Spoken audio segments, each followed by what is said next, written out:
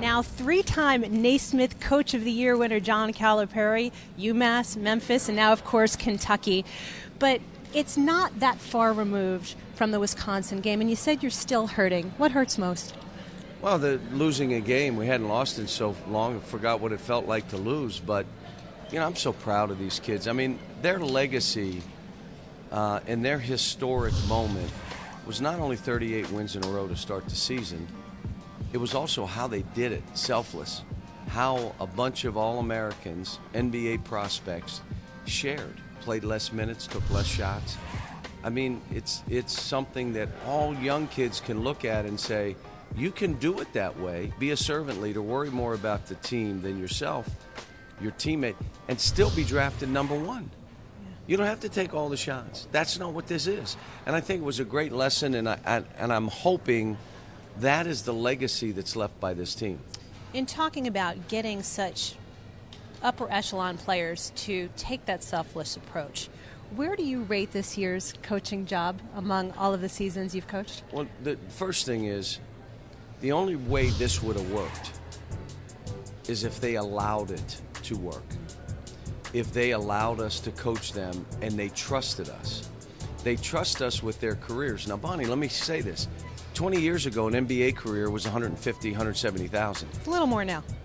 Yeah, now you're picked in the top 10, you get $25 million. Your second contract's $80 million. It's $100 million. They're trusting you as the coach and the staff with their careers. They're going to do less. They're going to shoot less, but they're trusting it's not going to hurt their career. And it hasn't. They've all benefited by it. And that's what, again, the lesson out there. These kids allowed it, allowed us to coach, trusted us enough, and their families. How about this one? How would you feel if it were your son?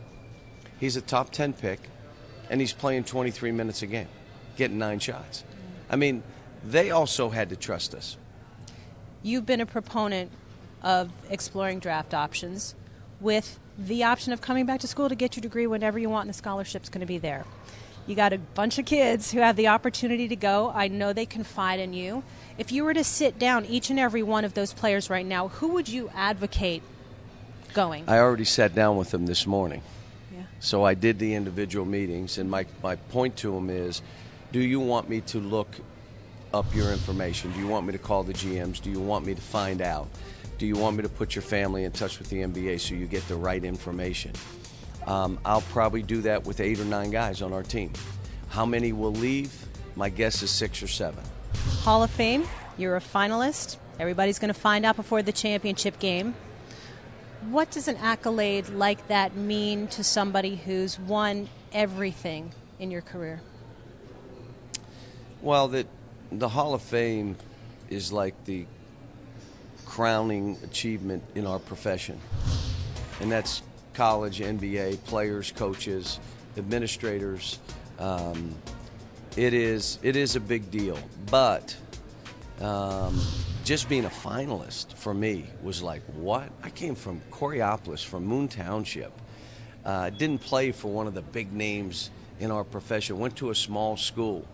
Took a job no one wanted at UMass. No one wanted. Go to the NBA, get fired. Make it back into college basketball, build another program, and get blessed enough to be able to coach at Kentucky. After 20 years of coaching those mid-major jobs where you're at the small table. You know, you can't really get to the big table.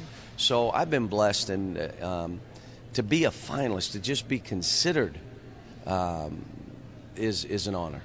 John Calipari, 3-time Naismith Coach of the Year winner and a fantastic 38-1 season. Thanks so much for the time. Thank you.